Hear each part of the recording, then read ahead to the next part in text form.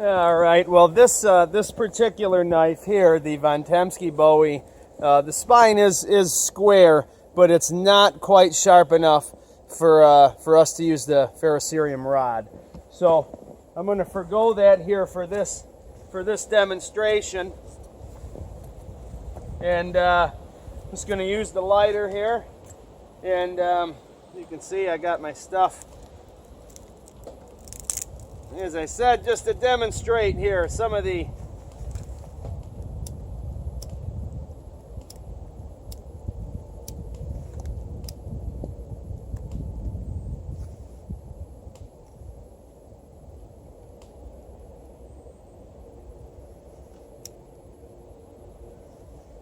there we go. It was the wood was slightly marginal, as I said. There were a couple spots on there that it seemed a little damp.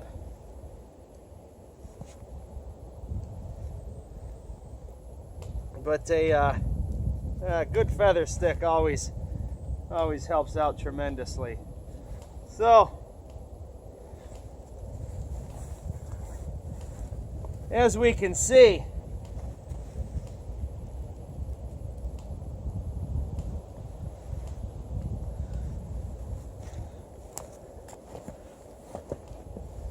good Bowie knife can make a world of difference out there. You know, in terms of getting your fire going, keeping your fire going even. All right, and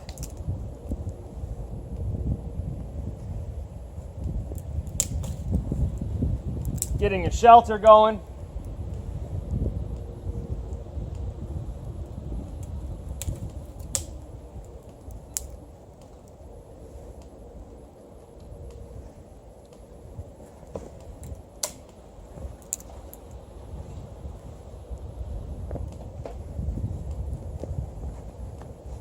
We'll throw more wood on that here shortly.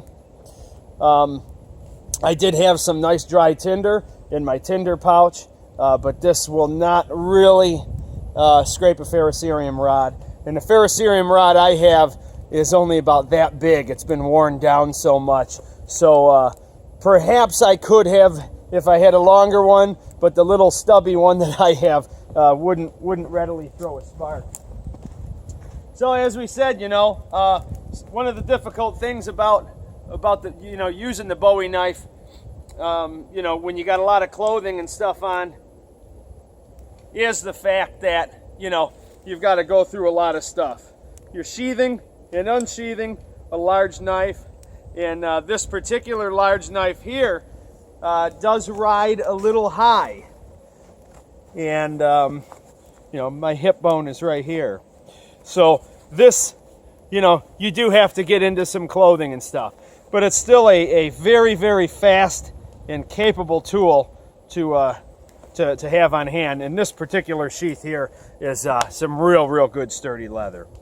So hope you enjoyed, and you know, don't be afraid or feed into you know, false stereotypes in terms of how you'll be judged if you use a large knife, because if you're with me out here and you're using a large knife competently and you're making shelter, creating kindling and doing those things, I'm going to be glad that you brought the large knife. Skill is skill, folks. Just remember that. Okay, there's no substitute for skill. But a skilled person with a large knife is going to be able to do a lot more work than a skilled person with a small knife. Small knife takes a lot longer to do many of your mundane camp tasks that you're going to need to do. A lot of people talk about trap triggers and those types of things. Oh, in a survival situation, they'll say, if I only have one tool and you know, I'm going to carry a small knife, a lot of people say a 4-inch knife, and they want to do trap triggers and all that stuff. And well, the truth of the matter is that your survival situations may typically last you know, 72 hours, most likely tops. And the number one killer is not starvation.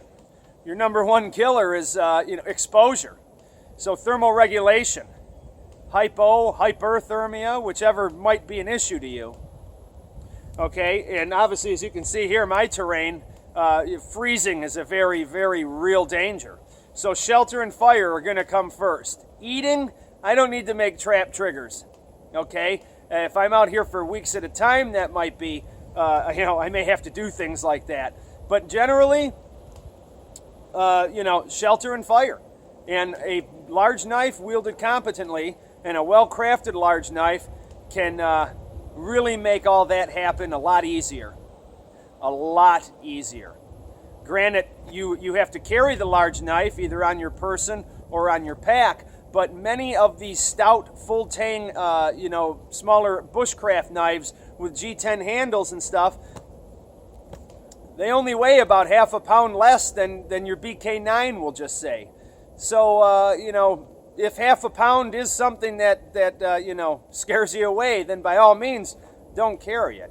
But half a pound for me is really nothing. I wouldn't obviously say I'm an ultralight camper. I'm sort of a get-her-done type of a guy, down and dirty. Let's go out and let's do this type of a thing. So if you find yourself feeling like you're messing around constantly with the small knife or always going to your pack to get another tool, you may want to think of the large knife because you can be away from your pack, you can be away from camp, and yet you can still find a ridgepole or other resources that you may be looking for and take care of it right then and there rather than walking back. Other people talk about the dangers of being separated from your gear. Maybe a canoe spill. Maybe your horse takes off. Maybe a bear shreds your pack and runs off with it. I don't know what the scenario would be, but if I had to saddle up with one knife on my hip, and it's this weather for sure, you can bet that I'm going to take the larger tool every time, and that just doesn't go with knives. I'm going to take the larger axe and I'm going to take the larger saw, because when it comes time for firecraft and sheltercraft, we're not talking intricate things here, folks. We're talking sort of crude work, and the larger tool gets it done. And as I've stated before, in competent hands, the large tool can also do some very intricate things as well. And if you do find all you have is your knife, your large knife, you can still do trap triggers with it. You just got to practice a little bit. Thank you very much for watching. Always appreciated. I hope you enjoyed. Bowie knives for the woodsman.